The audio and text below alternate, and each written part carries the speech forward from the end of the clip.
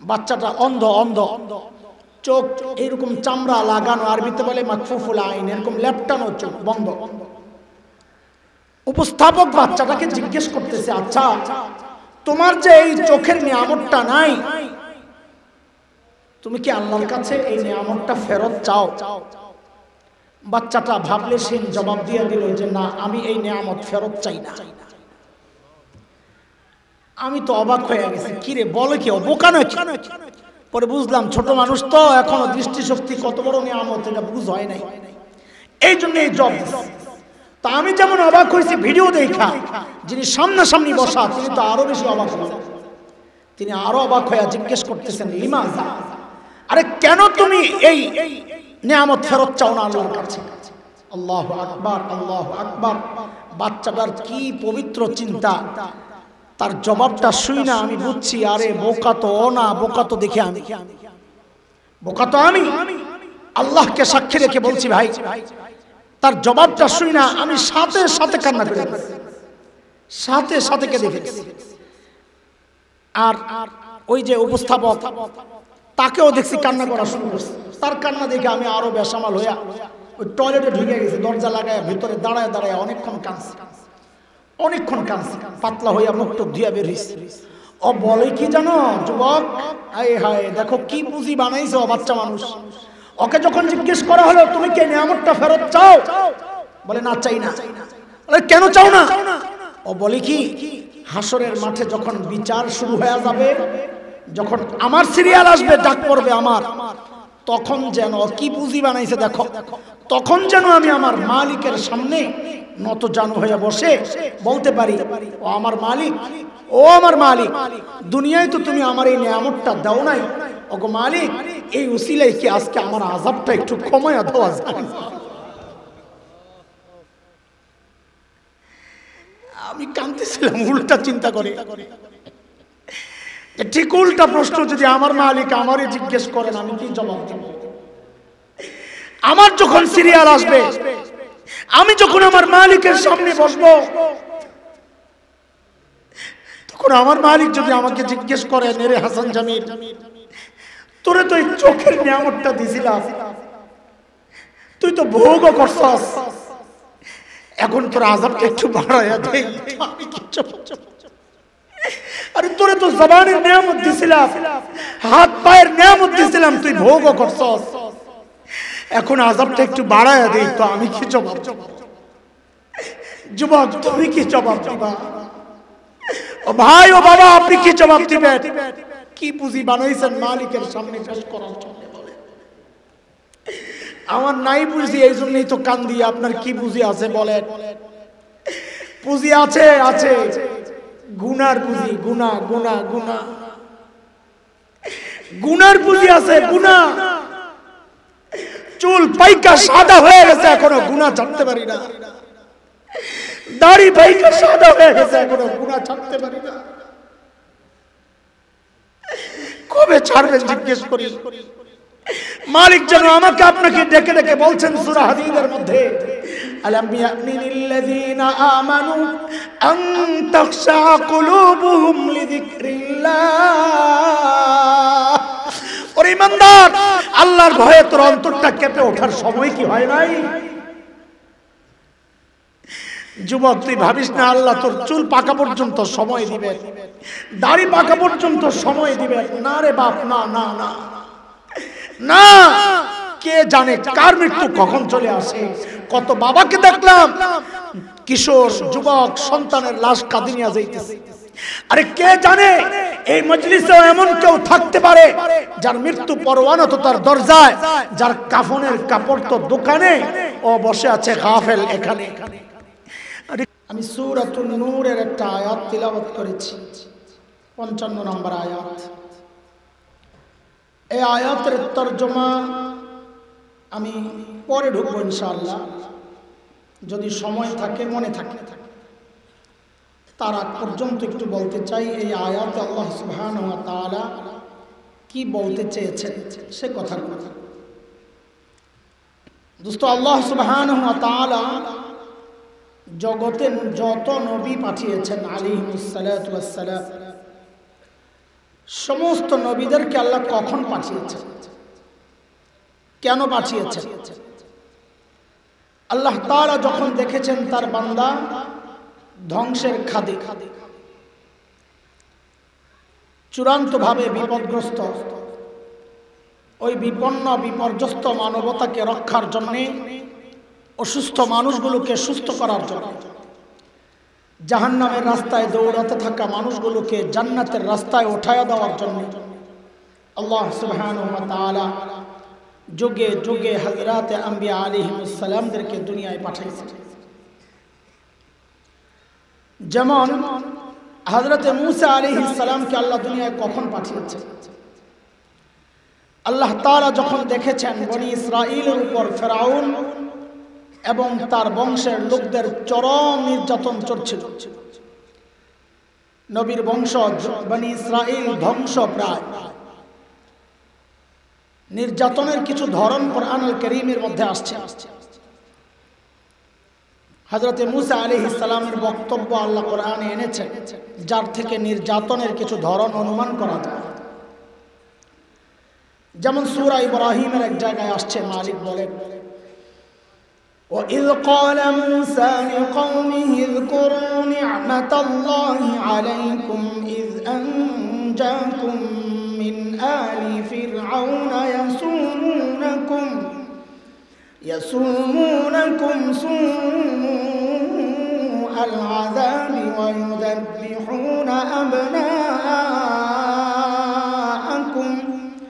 وَيَسْتَحْيُونَ نِسَاءَكُمْ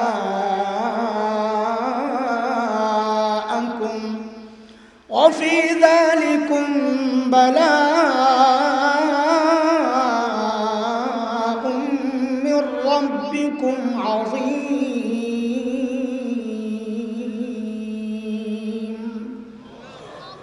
এই আয়াত আল্লাহ দেখাইছেন বনি ইসরাঈলের উপর কেমন নির্যাতন চলত। বলে বড়দের উপর কঠিন থেকে কঠিন নির্যাতন চলত। কি চলতো একটু আসতেছি আমি ইনশাআল্লাহ পরে। ছোটদের কি অবস্থা? ইস্তাহয়ুনা নিসাআকুম, হযরত মূসা বলেন তোমাদের মেয়েদেরকে ওরা বাঁচিয়ে রাখত। মুফাসসিরিনে কেরাম লেখেন ছেড়ে দিত পরবর্তীতে ভোগ করার জন্য এবং কাজ করানোর জন্য। আর ছোট্ট ছেলে যারা জন্ম নিত, ইউযাব্বিহুনা আবনাআকুম, ফেরাউন তার ক্ষমতা হারানোর ভয়ে ওই সদ্যজাত শিশু তাকে জবেহ করে হত্যা করত।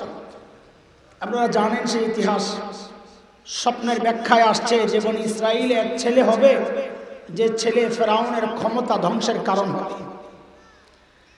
এই ভয়ে ফেরাউন ক্ষমতা রক্ষার জন্য এই ছোট্ট ছোট্ট বাচ্চাদেরকে হত্যা করত। আচ্ছা একটু বুঝে শুনে বলেন তো, যে বাচ্চার হাড্ডিগুলো এখনো গোস্ত, এত নরম, উপরও হইতে পারে, বসা তো দূরের কথা, নিজ হাতে খেতে পারে না, হাগুমুতু করতে পারে। এই বাচ্চার কি ক্ষমতা আছে ফেরাউনের মতো এমন শক্তিশালী বাদশাহকে ক্ষমতা থেকে নামানোর? কথা বলেন আছে? আছে? এত আস্তে আস্তে বলতেছেন, সন্দেহ আছে নাকি? ক্ষমতা আছে এই পিচ্চির? তো ফেরাউনের পিচ্চিকে এত ভয় পায় কেন? এই ছোট্ট বাচ্চা যারা আসে ওদের কি জবে হবে? ঘটনা কি? আসলে বিষয় হচ্ছে এটা আল্লাহ তাআলার একটা নিজাম, দুনিয়া পরিচালনার একটা সিস্টেম। কেউ যখন হক হয়, সে যত দুর্বল হোক না কেন, কেউ যখন না হক হয়, সে যত শক্তিশালী হোক না কেন, আল্লাহ ওই দুর্বল হকের ভয় ওই শক্তিশালী বাতিলের কলিজায় আল্লাহ ঢুকায়। এর জ্বলন্ত প্রমাণ হচ্ছে এই আমাদের হযরত উলামায়ে কেরাম, মুরব্বিরা, কি শক্তি আছে আমাদের। আল্লামা আহমদ শফী নওয়ারাল্লাহু মারকাদা মানুষটা বসতে পারতেন না সোজা হইয়া। হাফেজ আল্লামা বাবু নগরী রাহিমাহুল্লাহ মানুষটা দাঁড়াতে পারতেন না, অথচ সারা দুনিয়া ভয়ে অস্থির। এখনো আমার সামনে যে সমস্ত মোল্লা মুন্সি আছে, কাঠমোল্লারা, এদেরকে একটু ধৈর্য দেখেন তো, ধরেন সবগুলো ধৈর্য, ওদের পকেট চেক করে, বম পাইবেন না অনেক বড় বড়, কথা বলে, অস্ত্র আছে না? বম আর অস্ত্রের যত মামলা আছে থানায় যায় দেখেন একটাও মাদ্রাসার ছাত্র নাই। ওদের পকেট চেক করলে পাবেন কি একটা মিসওয়াক আর একটা তাসবিহ। তাইলে এদেরকে এত ভয় পায় কেন মানুষ? কারণ হচ্ছে এই মোল্লা হক দুর্বল হওয়া সত্ত্বেও আল্লাহ ওই না হকের কলিজায় এই দুর্বলের ভয় ঢুকায় দিয়েছে। এই তো গেল ছোটদেরকে নির্যাতনের একটা ধরন। বড়দের নির্যাতন বোঝার জন্য আরেকটা জিনিস বোঝা লাগবে। আমেরিকান ডলার দেখছেন? বলেন না দিয়ে আমি $1 কথা বলছি, কেউ না ভাবি যে $10 তালাশ করে আবার আমার ব্যাককল মৌলবী বানিয়ে দিয়ে। কত ডলার? $1। এই ডলারের এক পাশে দেখবেন প্রেসিডেন্ট, কোন এক আমেরিকান প্রেসিডেন্টের ছবি, আরেক পাশে দেখবেন পিরামিডের ছবি। কিসের কথা বলে? পিরামিড কোন জায়গায়? মিশর। আর ডলার কোন দেশে? তো আমেরিকান ডলারে কেন পিরামিড? আমেরিকায় কোনো বিল্ডিং ছিল না পিরামিডের ছাড়া, পিরামিড তো অন্য দেশের, ওদের কোনো বিল্ডিং ছিল না ডলারে দেওয়ার মতো।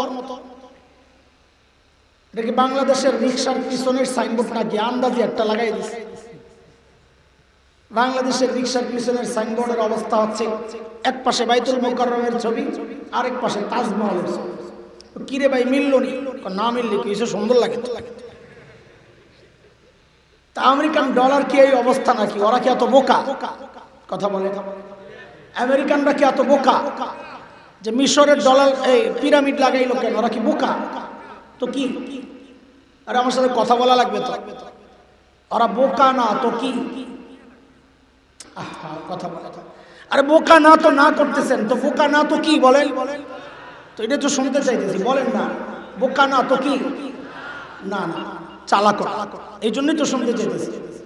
বোকা আর চালাকের মাঝখানে আরেকটা আছে, ওটা হইলো বাটপার। ওরা কি? ওরা কি?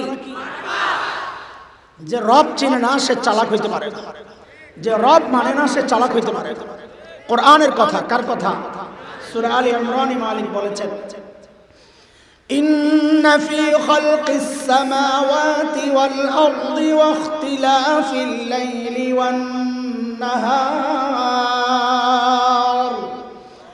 লাআয়াতিন লিউলিল আলবাব। যার মাথায় মগজ আছে এই সৃষ্টি দেখে সে তার রবকে তালাশ করে।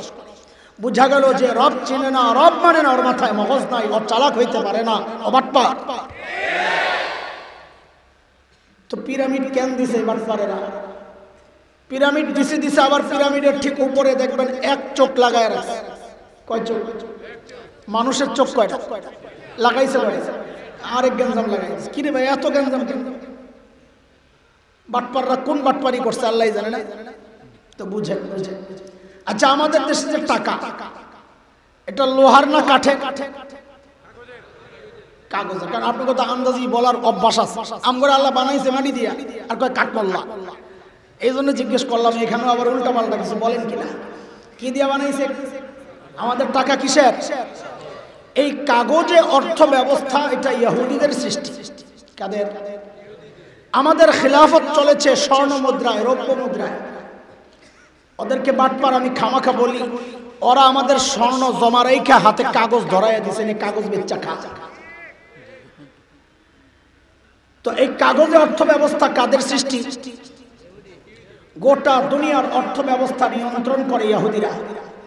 এমনকি আমেরিকান অর্থ ব্যবস্থা, ওই ডলার ইহুদিদেরই সৃষ্টি। এই সব চিহ্ন ইহুদিদের দেওয়া।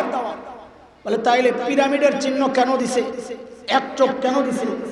কারণ ইহুদিদের বিশ্বাস হচ্ছে এই পিরামিড হচ্ছে ওদের রক্তের স্মৃতিচিহ্ন। মানে কি? ও যে ফেরাউনের নির্যাতনের কথা শোনাচ্ছিলাম, ফেরাউন যখন পিরামিড বানায়, দেখেন পিরামিডের ইতিহাস আরো অনেক হাজার বছর আগের। কিন্তু নবী মুসা আলাইহিস সালামের সময়ের যে ফেরাউন, ওই ফেরাউন যে পিরামিড বানায়, ওই পিরামিডের উচ্চতা ছিল 10 তলার উপরে।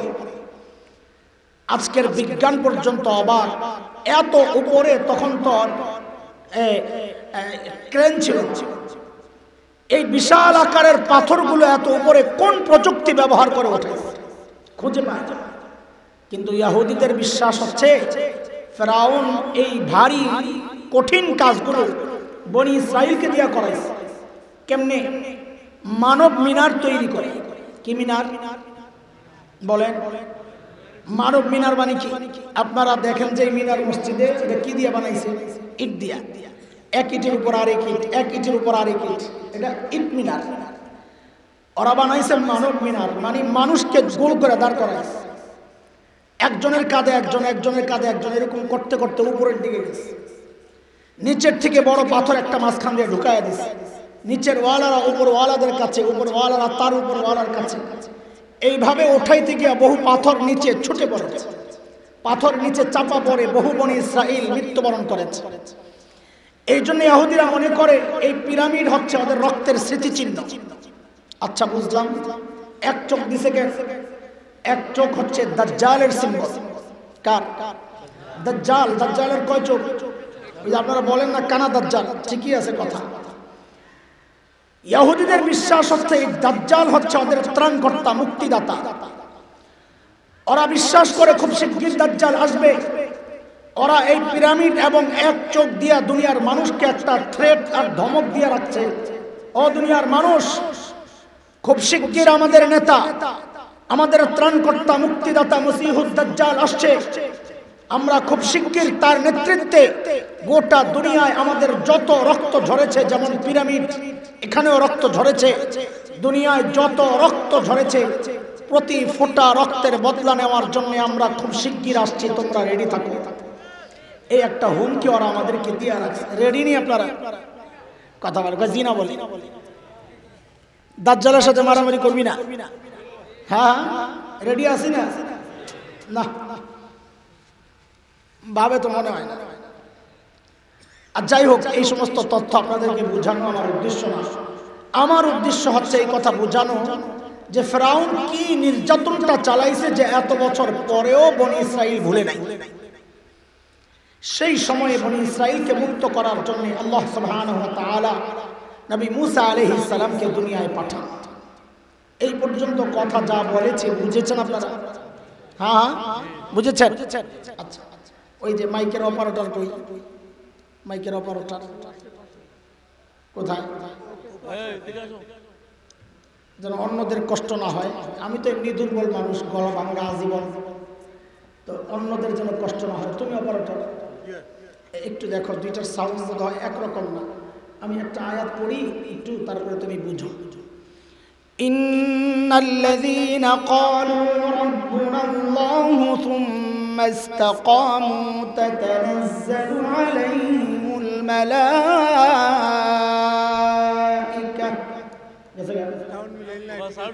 আচ্ছা ঠিক আছে, দেখো পারলে বাদ দাও, না পারলে থাক। পারলে বাদ দাও, না পারলে থাক। খামা খায় ওগুলো বইলে আরো বিপদ।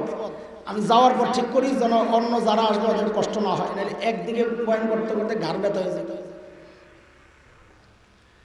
আচ্ছা এবার জবাব দেন আমাকে, সর্বশ্রেষ্ঠ রসুলকে?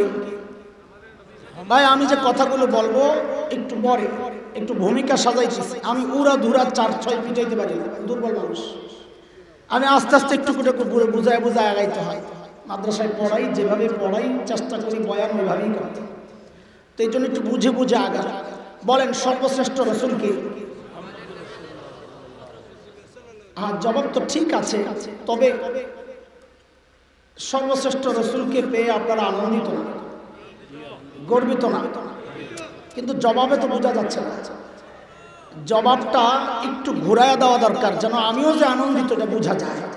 তো যদি জিজ্ঞেস করা হয় সর্বশ্রেষ্ঠ রসুলকে, তো গর্বের সাথে বলবেন আমাদের রসুল মুহাম্মদুর রাসূলুল্লাহ সাল্লাল্লাহু আলাইহি ওয়াসাল্লাম। সাথে আমার দাম বাড়লো কি বাড়লো না?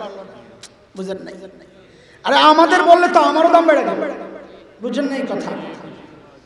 আচ্ছা একটু বুঝছেন, নাম্বার একটু কম পাইছেন। পরের প্রশ্ন ঠিক মতন দিয়ে জবাব। রোগী যদি ছোট হয়, ধরেন আমার মতো গলা ব্যথা লাগছে, একটু ঠান্ডা লাগছে, এই ছোট রোগীর চিকিৎসার জন্য হসপিটালের সবচাইতে বড় ডাক্তার তালাশ করা হয়। কথা বলেন না? ছোট্ট ডাক্তার, এলাকার ডাক্তার দিয়ে কাজ চলে না, আন্তর্জাতিক ডাক্তার লাগে না। আর রোগী যদি বড় হয়, ডাক্তার কোনটা? যদি সবচেয়ে বেশি বড় মারাত্মক রোগ হয়, সবাই চাইবে ডাক্তারও সবচেয়ে বড় টানতে, তাই না? এবার বুঝেন, যেহেতু আল্লাহ সুবহানাহু ওয়া তাআলা নবীদেরকে পাঠাইছেন দুনিয়ার মানুষের চিকিৎসার জন্য, তো বুঝা গেল আল্লাহ সর্বশ্রেষ্ঠ রাসূলকে তখনই পাঠাইছেন যখন দুনিয়ার মানুষের অবস্থা সবচাইতে ভয়ঙ্কর আর খারাপ অবস্থায় চলে গিয়েছে। সবচাইতে ভয়ঙ্কর খারাপ অবস্থা না হলে আল্লাহ সর্বশ্রেষ্ঠ রাসূলকে দুনিয়ায় আনতেন না। এলাকার স্থানীয় নবী দিয়েই কাজ সারতেন, আন্তর্জাতিক নবী পাঠাইতেন না। বুঝা যাচ্ছে না কথা? ওই সময়টাকে বলা হয় আইয়ামে জাহিলিয়া। কি বলা হয়? বর্বরতার যুগ। বর্বরতার মাত্রা কত দূর ছিল যা আল্লাহ সর্বশ্রেষ্ঠ রাসূলকে আনলেন।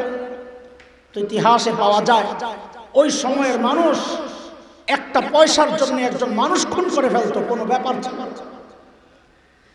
মূর্তি পূজা এখন হয় কি হয় না? কিন্তু মসজিদের মধ্যে মূর্তি রেখে পূজা করা হয়, অথচ তখন খুদ বাইতুল্লাহর ভেতরে 360 মূর্তি, ঘরের মধ্যে আলাদা মূর্তি, সফরে যাওয়ার সময় বগলের নিচে করে আলাদা মূর্তি নিয়ে যাইত। কেন? রাস্তায় যদি পূজা করার জন্য আবার খোদা না পাওয়া যায়।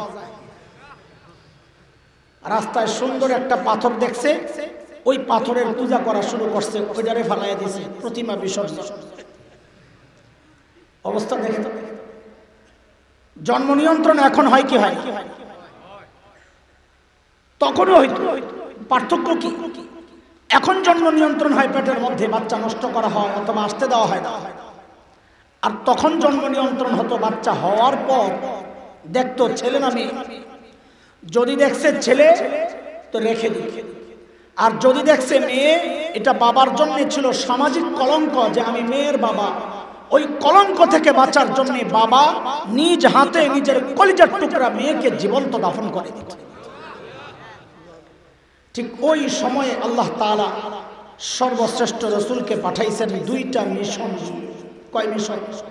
খুব খেয়াল করে, আমরা আস্তে আস্তে আমাদের জায়গায় চলে যাব খুব দ্রুত। আমি খুব ক্লান্ত বোধ করতেছি, সফরের কারণে গত 2 দিন থেকে একটু শরীরটা ভালো না। একটু মনোযোগ দিয়ে শুনলে আমার বলাটা সহজ হবে। আমি দোয়া করতেছি, আপনারা দোয়া করেন আমি যেন সহজে বুঝাইতে পারি। এই দোয়া আপনারা করেন, আর আমি দোয়া করি আপনারা যেন সহজে বুঝতে পারেন। আল্লাহর নবী সাল্লাল্লাহু আলাইহি ওয়াসাল্লাম নবুয়ত পেয়ে ঘোষণা দিলেন, ইন্নামা বুইসতু মুআল্লিমা বুইসতু লিউতাম্মিমা মাকারিমাল আখলাক। নবী ঘোষণা দিলেন, আল্লাহ আমাকে শিক্ষক বানায়া দুনিয়ায় পাঠাইছেন। কি বানায়া? বলেন সবাই। আমার নবী কি ছিলেন? 2 নাম্বার, নবী বলেন, আল্লাহ আমাকে সর্বোচ্চ উন্নত চরিত্র মাধুর্য দিয়ে দুনিয়ায় পাঠাইছেন যেন আমি ওই বর্বরগুলোর পেছনে মেহনত করে করে এই বর্বরগুলোকে মানব ইতিহাসের শ্রেষ্ঠ মানুষ বানাতে পারি। আমার নবীর মিশন কয়টা বলেন? ওনাকে একটু থামার আশপাশ থেকে মোবাইল উঠায় না, আমার মনোযোগ নষ্ট হইলে হারায়া যাবে। এক চেইন লাইনের কথা তো, এক জায়গায় বাধাগ্রস্ত হইলে পরের গুলা আমারই সমস্যা, আপনাদেরও সমস্যা। মনোযোগ লাগবে। আমার নবী কি ছিলেন বলেন? আবার সবাই বলে। হ্যাঁ, আমার নবীকে বলা হয় উম্মি নবী। কি নবী? উম্মির অর্থ না জানার কারণে অনেকে মনে করে উম্মি মানে মূর্খ, উম্মি মানে জাহেল। নাউযু বিল্লাহি মিন যালিক। আমার নবী মূর্খ ছিলেন না, বরং তিনি কেবল শিক্ষিতই ছিলেন না, দুনিয়ার সব শিক্ষিত মানুষের শিক্ষক ছিলেন। উম্মি কোত্থেকে আসছে? মাদ্রাসার ছাত্ররা উম্মি মানে আমরা পড়ছি আনপড়, পড়ে নাই। পড়ে নাই মূর্খ না, পড়ে নাই এক জিনিস, মূর্খ আরেক জিনিস। এটা কোত্থেকে আসছে? এটা সাধারণরা আপনাদের উপকার হবে না, মাদ্রাসার ছাত্রদের উপকার হবে। উম্মি আসতে কোত্থেকে? ওম থেকে, ওম ওম মা। তো মা থেকে উম্মি কেন? ওই আয়াত, আল্লাহু আখরাজাকুম মিন বুতুনি উম্মাহাতিকুম লা তা'লামুনা শাইআ। আল্লাহ তোমাদেরকে মায়ের পেট থেকে যখন বের করছে তোমরা কিচ্ছু জানতা না, ও যে কিচ্ছু জানে না তাকে উম্মি বলে। এই অর্থ থেকে এরা মনে করছে আমার নবীও বুঝি ওই উম্মি কিচ্ছু জানে না। আমার নবী উম্মি মানে একাডেমিক লেখাপড়া করেন নাই, কারো কাছে যায় পড়েন নাই, কিন্তু আমার নবী শিক্ষিত ছিলেন, আমার নবীর শিক্ষক ছিলেন স্বয়ং আল্লাহ সুবহানাহু ওয়া তাআলা। মাদ্রাসাওয়ালারা আমাদেরকে ডেকেছেন। আমার ভাই হযরত ইউসুফ সাহেব দামাত বরকাতুহুল আলিয়া খাদিমানি হুজুর তার ঘোষণাপত্রে কিছু কথা বলেছেন, ওখান থেকে আমার বয়ানের রসদ নেওয়া যে আমাদের এই শিক্ষার বিরুদ্ধে চক্রান্ত অথবা গা জ্বলাপড়া করার বহু মানুষ তৈরি হয়েছে, কিন্তু ওদের জ্বলবে আমাদের কাজ চলবে। বলেন বলেন আপনারা কথাটা বলেন, ওদের জ্বলবে আমাদের কাজ, বলেন আবার ওদের জ্বলবে, হ্যাঁ ওরা থামবে না আমাদের কাজ বন্ধ হবে না। বলেন ওরা থামবে না, চলতে থাকুক, এই লড়াই চলছে, এই লড়াই চলবে ইনশাআল্লাহ। আমি কিছু কথা বলবো এখন, অগ্রিম ক্ষমা চেয়ে নিচ্ছি আপনারা যারা জেনারেল শিক্ষায় শিক্ষিত তাদের কাছে। ভুল বুঝেন না, আমরা আপনাদের প্রতিপক্ষ না, শত্রু না, বরং আমি মনে করি একজন বাবা তার সন্তানের জন্য যত বড় হিতাকাঙ্ক্ষী, একজন আলেম উম্মতের জন্য তার চেয়ে বড় হিতাকাঙ্ক্ষী। কেন? বাবা শুধু সন্তানের দুনিয়ার ফিকির করে, অধিকাংশ বাবা, সব বাবা না, কিন্তু একজন আলেম উম্মতের আখিরাত নিয়ে ফিকির করে। আমি কোন শিক্ষা ব্যবস্থাকে তুচ্ছ তাচ্ছিল্য করার জন্য কথাগুলো বলছি না, আল্লাহ সাক্ষী। আমি কোন শিক্ষা ব্যবস্থাকে ছোট আর খাটো করার জন্য এই কথাগুলো বলছি না, আমার আল্লাহ সাক্ষী। আমি কথাগুলো বলতে চাচ্ছি আপনাদের হৃদয়ে আফসোসের আগুন জ্বালাইতে এবং এই পয়গাম দিতে, রে ভাই আমরা মাদ্রাসায় পড়ে ঠকি নাই।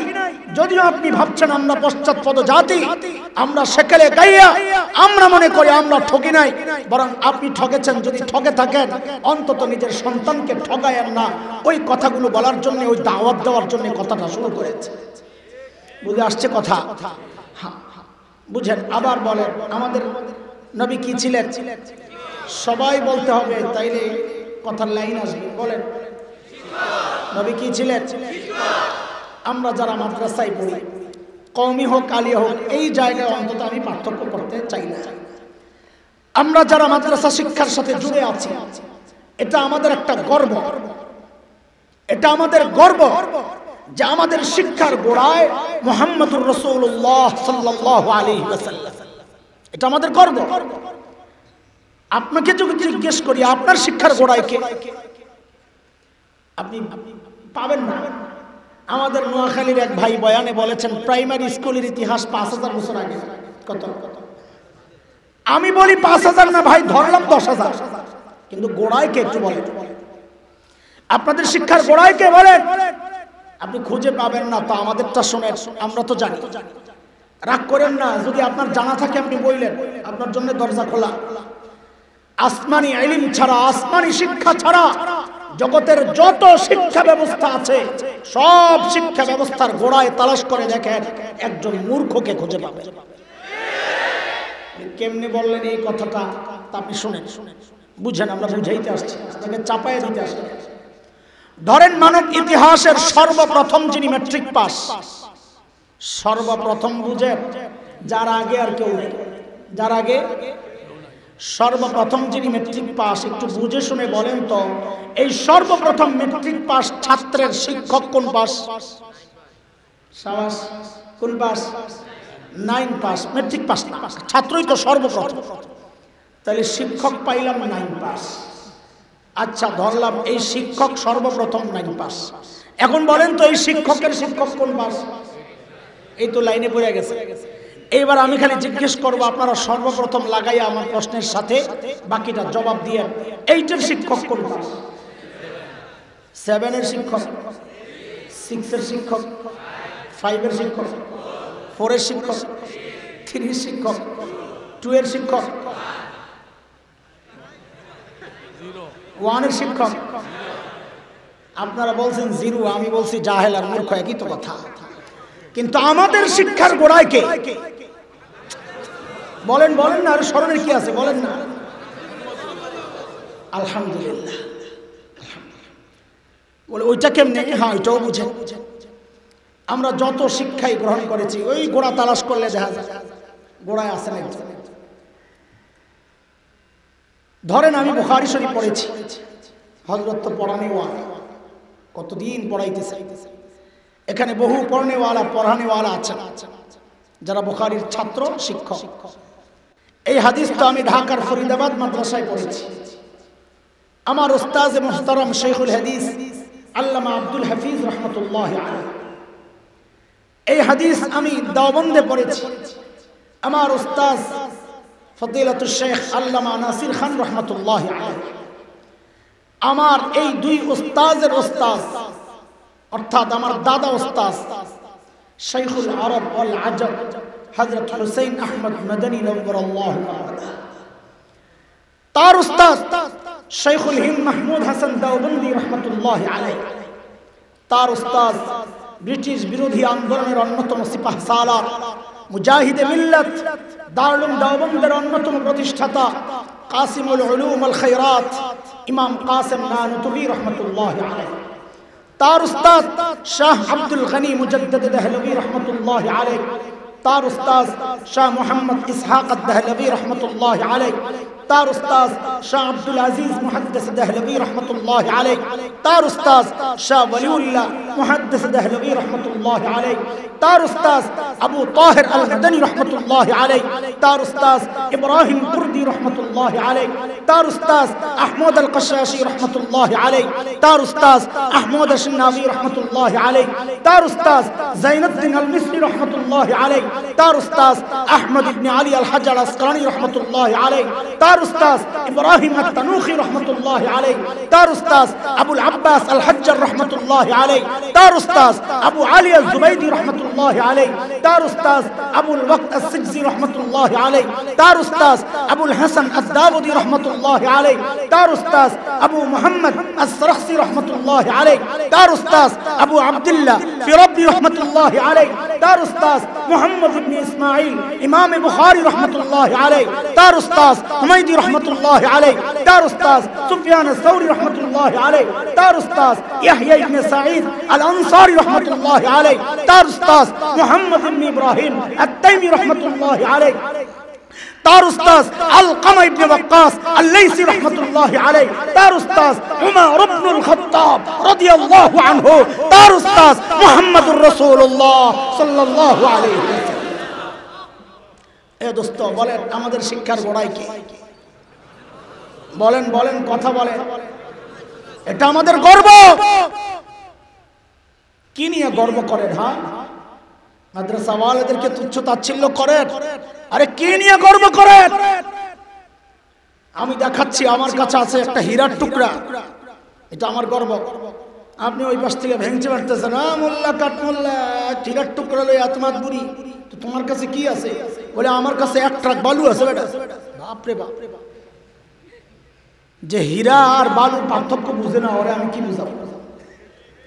হ্যাঁ, এই জন্য মাঝে মধ্যে এই শিক্ষা ব্যবস্থার বিরুদ্ধে যখন কাউকে চক্রান্তে মারতে দেখি, মিটি মিটি হাসি আর বলি আহারে বোকার দল, আগুনের মধ্যে মুখ লাগায়া বুঝি কেউ আগুন নিভাইতে যায়। মাননীয় প্রধানমন্ত্রী মাদ্রাসা আমাদের এই শিক্ষা ব্যবস্থাকে স্বীকৃতি দিয়েছেন, আমরা সাধুবাদ জানাই। কিন্তু এইটা দেখে অনেকের গা জ্বলা শুরু হয়ে গেছে। সরকার দলীয় না, সংসদে দাঁড়ায় তো একজন বলেই ফেললেন বেফাস কথা যে কওমি মাদ্রাসাগুলো হচ্ছে ২০ বৃক্ষ। নাউজুবিল্লাহ পড়েই লাইলেন। আমারে যা বলে আমি স্বীকার করি, আমি একটাও রদ করি না। আমার যদি কাঠমোল্লা, আমি কাঠমোল্লা বাড়ি দিলে খবর আছে। আমার যদি তুই জঙ্গি, হ্যাঁ জঙ্গি লাগবি। আমার তুই মৌলবাদী, হ্যাঁ মৌলবাদী, আমি মূল নিয়ে আসি। যা কয় তাই রাজি। এই যে মাদ্রাসারে কইছে ২০ বৃক্ষ, আমি কই আলহামদুলিল্লাহ। আপনারা কন নাউজুবিল্লাহ, বলেন আলহামদুলিল্লাহ। আস্তে আস্তে বলতেছে সবাই কন হ্যাঁ হাই কওমি মাদ্রাসা ২০ বৃক্ষ, সবাই চিল্লায় কোন আলহামদুলিল্লাহ। বাইর হয় না, না ডরাইতেছে, ডরায় না, আসি তো আসি। বলেন বলেন আলহামদুলিল্লাহ। কেন এবার বুঝে? আলহামদুলিল্লাহ কেন পড়াইলাম? লবণ চিনেন? লবণ মানুষের খাবারের এক জরুরি আইটেমের নাম। লবণ ছাড়া খাবার বেশাদ, ঠিক না? যোগ চিনেন? যোগ কি খায়? যোগ কি খায়? রক্ত। ওই রক্ত খেকো যোগের জন্য লবণ দিছেন মাথায় একটু, ও আপনার সালাম দিয়া খুশিতে চলে গেছে না ছটফট করতে করতে মারা গেছে? কারণ ওই রক্ত খেকো যোগের জন্য লবণ জরুরি আইটেম না, ওর জন্য বিষ। কথা কন, ওর জন্য। ওই জন্যই তো বলি আলহামদুলিল্লাহ। কেন? আরে যারা মানুষ তাদের জন্য এই মাদ্রাসাগুলো আল্লাহর দেওয়া শ্রেষ্ঠ নিয়ামত, কিন্তু যারা মানুষের রক্ত চুষে চুষে সম্পদের পাহাড় গড়ে, ওদের জন্য তো জরুরি আইটেম না, ওদের জন্য তো বিষ। কথা তো ঠিকই আছে। হুজুর আলহামদুলিল্লাহ কেন পড়াইলেন? হ্যাঁ, ওইটাও বুঝেন না, বুঝে আগানো যাবে না। ধরেন আপনি একটা লবণের ফ্যাক্টরি দিচ্ছেন কক্সবাজার, মহেশখালী, ওখানে লবণের চাষ হয়। তো ওখান থেকে আপনার ফ্যাক্টরির লবণ আসছে একটু, তা আপনি ভাইজান বলতেছেন যে লবণটারে বাজারজাত করার আগে একটু পরীক্ষা করা দরকার, আসল না নকল, ভেজাল না সলিড।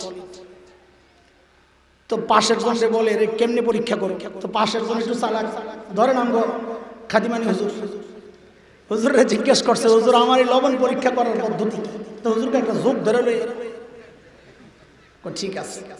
তো যোগ একটা আইনের টেবিলের উপর ছেড়ে দিচ্ছে।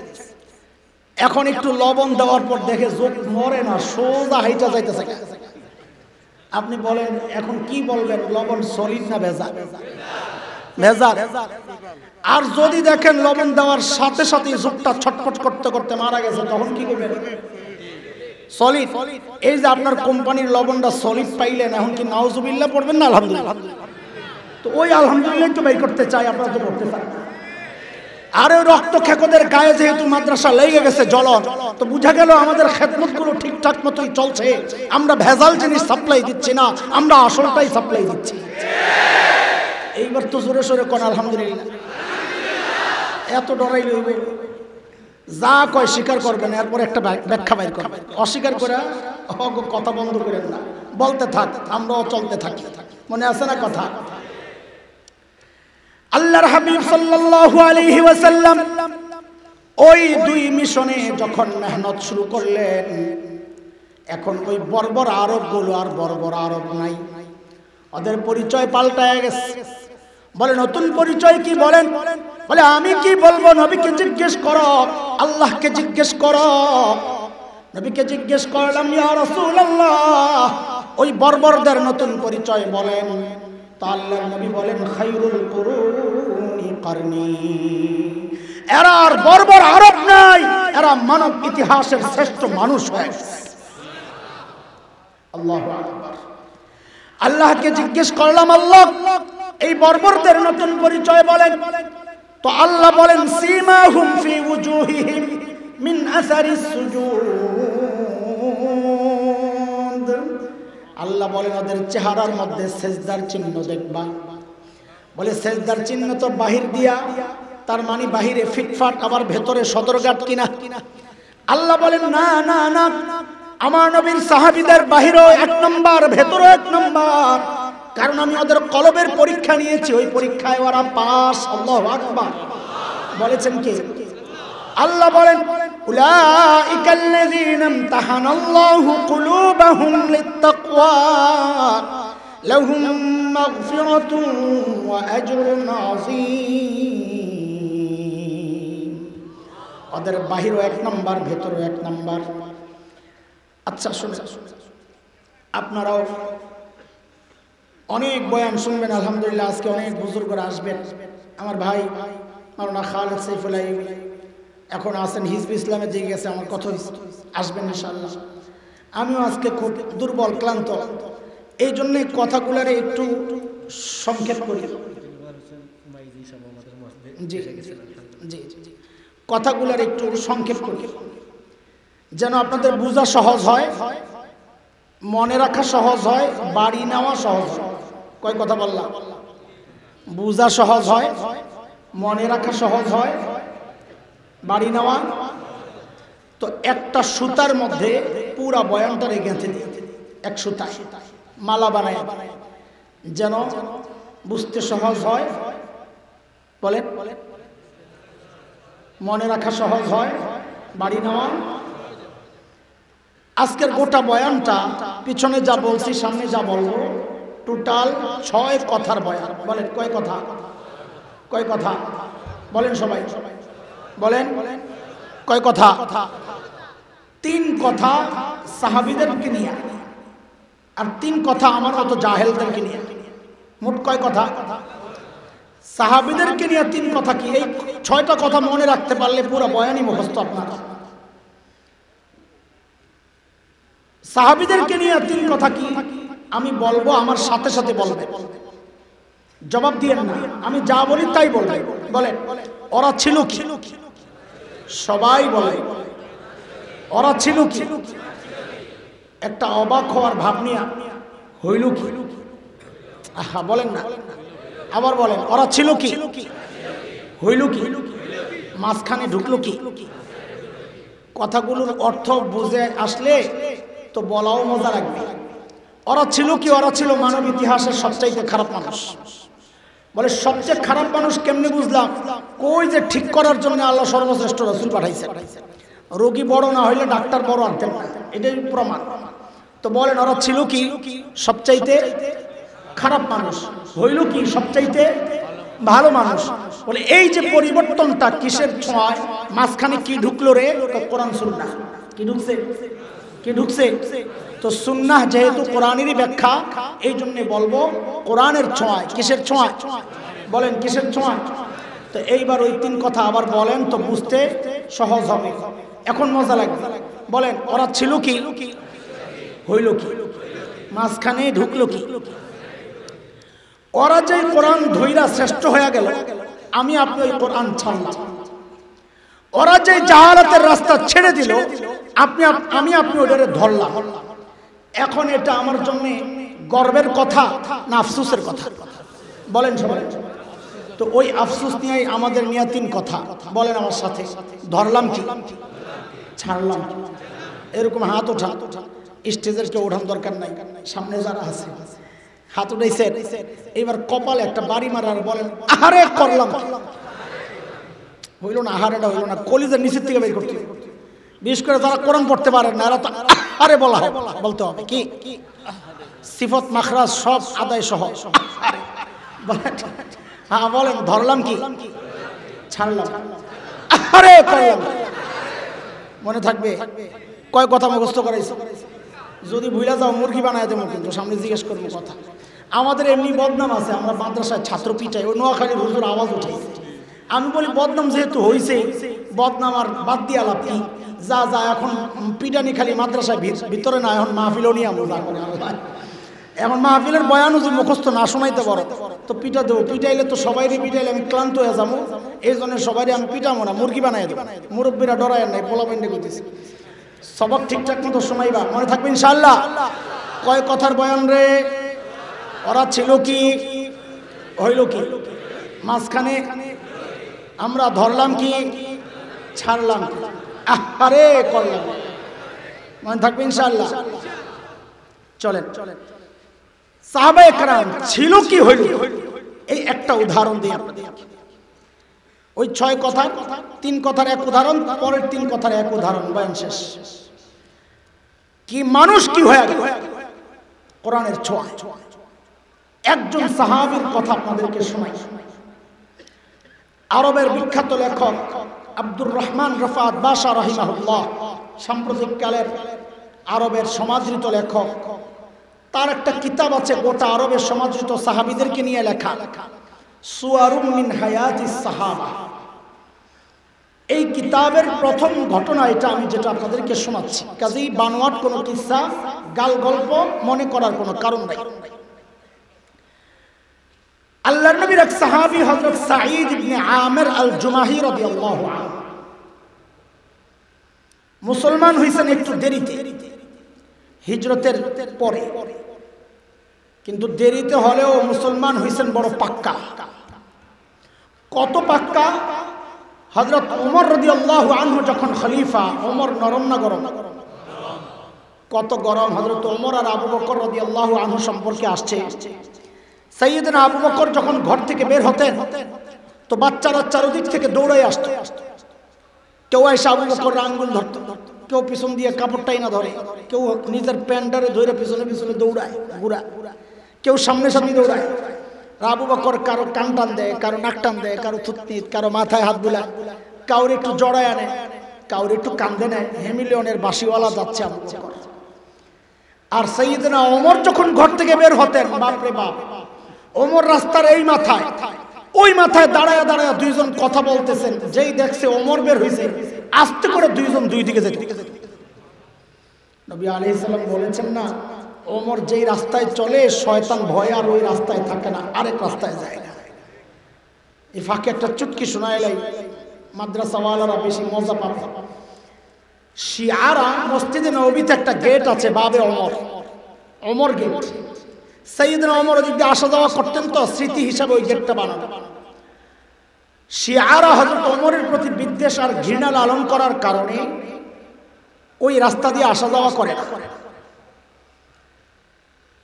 তো আরবের এক বিখ্যাত সাহিত্যিক বড় আজীব এক চুটকি লেখছেন, আয় ওমর, আল্লাহ আপনার উপর রহম করেন।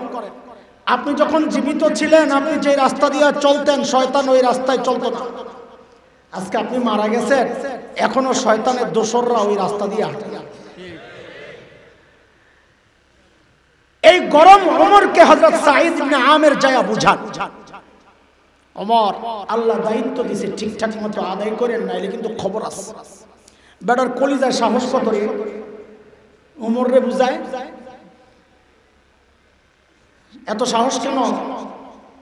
মানুষ নিজে যখন সৎ হয় তার সাহসও তত উঁচা হয়। নিজে দুর্বল হলে কথা বলে মিনমিন কইরা, আর খালি তেলের দাম বাড়ায়। তেলের দাম বাড়ানি বুঝনি? তেল দিতে দিতে তেল বেশি ব্যবহার হলে তো দাম বাড়বেই। ওটা শুনতে অসুন্দর লাগে, এই জন্য আমি ডাইরেক্ট বললাম তেলের দাম বাড়ায়। হযরত ওমর একদিন ধরছেন, মিয়া আমারে খালি নসিহত করো, কামলো। এটা জিদ করে না, আবার ভাইবেন না আমাদের মতো সমাজ। আমরা কাউরে বুঝাইলে কয় হ্যাঁ আমার বুঝায়, আমি কম বুঝি। আমগো স্বভাব কি, কেউ একটু বুঝাইলে আমরা কি বলি?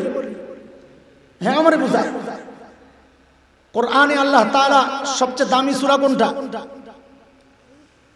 আরে সবচেয়ে দামি সূরা কোনটা? সূরা ফাতিহা, বলেন না। এই সূরা ফাতিহার মধ্যে আল্লাহ যে দোয়াটা শিখাইছেন, নিশ্চয়ই দোয়াটা সবচেয়ে দামি দোয়া। কি সেটা? হেদায়েতের দোয়া। কি? আপনি যদি কাউরে খালি বলেন আল্লাহ তোর হেদায়েত দিক, এমন সেতা সেতে, হ্যাঁ আমার হেদায়েত, আমি গুমরানি। আমাদের স্বভাব এগুলা। কিন্তু হযরত ওমর যে ধরছেন, এটা রাগ হয়ে না। হযরত ওমরের চিন্তা, এমন একজন সৎ অনেস্ট মানুষকে দায়িত্ব দেওয়া দরকার।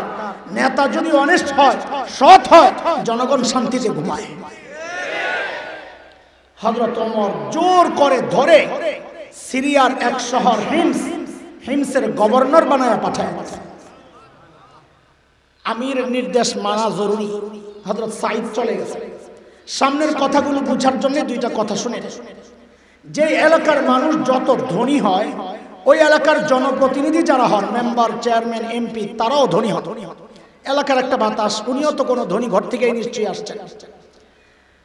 আজকের দুনিয়ায় Bangkok, Singapore, Thailand, Dubai, Abu Dhabi, Karachi, আমাদের চিটাগাং, এগুলো যেমন বাণিজ্যিক শহর, ওই সময়ে গোটা দুনিয়ার বাণিজ্যিক শহর ছিল সিরিয়া।